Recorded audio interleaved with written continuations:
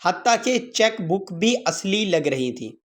2 guards باہر پہرا دے رہے تھے، کمرہ اندر سے بند تھا۔ آپ سے درخواست ہے چینل کو سبسکرائب کر لیں۔ کیا آپ یقین کرتے ہیں کہ کوئی انسان وقت میں سفر کر سکتا ہے؟ کیا کبھی ایسا ممکن ہوا ہے کہ کوئی مسافر اچانک ایک ایسے ملک سے آ جائے جو دنیا کے کسی نقشے پر موجود ہی نہیں؟ دوستو، آج ہم بات کرنے جا رہے ہیں ایک ایسے حقیقی واقعے کی جس نے سائنسدانوں، تاریخ دانوں اور عقل و شعور رکھنے والوں کو حیرت میں ڈال دیا ہے۔ یہ ہے تاوریڈ کا مسافر، ایک ایسا شخص جو ایک نہ ہونے والے ملک سے آیا اور پھر پراسرار طور پر غائب ہو گیا۔ کچھ کہتے ہیں کہ وہ وقت کا مسافر تھا، کچھ سمجھتے ہیں وہ متوازی کائنات سے آیا ہے، لیکن اس کہانی میں چھپی حقیقت شاید آپ کا دل دہلا دے۔ یہ سن 1954 کا دور ہے۔ Tokyo, Japan. ایک عام دن، عام پروازیں اور معمول کی طرح امیگریشن چیکنگ جاری تھی۔ ایک طیارہ یورپ سے اترا، مسافر ایک ایک کر کے قطار میں کھڑے تھے۔ انہی میں ایک درمیانی عمر کا شخص بھی تھا۔ سوٹ پہنے اطمینان سے چلتا ہوا امیگریشن کاؤنٹر پر پہنچا۔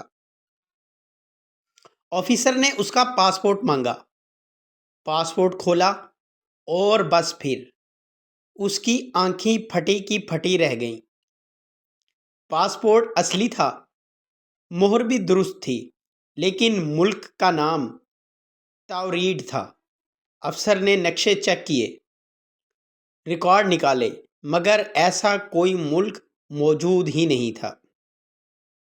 جب اس سے پوچھا گیا کہ یہ ملک کہاں ہے تو وہ بولا، یہ فرانس اور اسپین کے درمیان میں ہے، میں وہاں سے آیا ہوں۔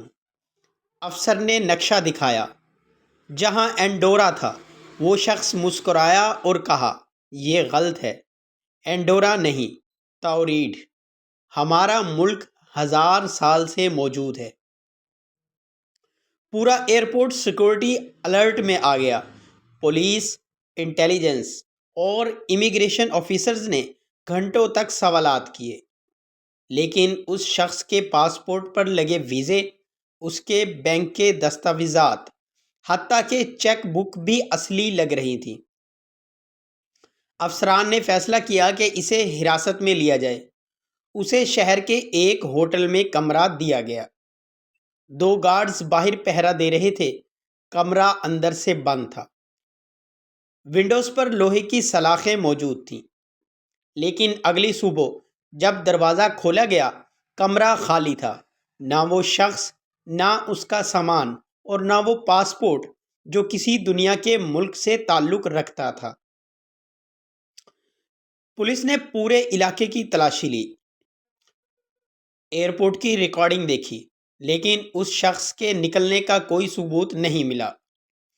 کچھ گواہوں نے کہا، رات کے وقت کیمرے میں ایک عجیب سا نیلا روشنی کا ہالہ نظر آیا، جیسے کوئی دروازہ لمحوں کے لیے کھلا ہو اور پھر سب ختم ہو گیا۔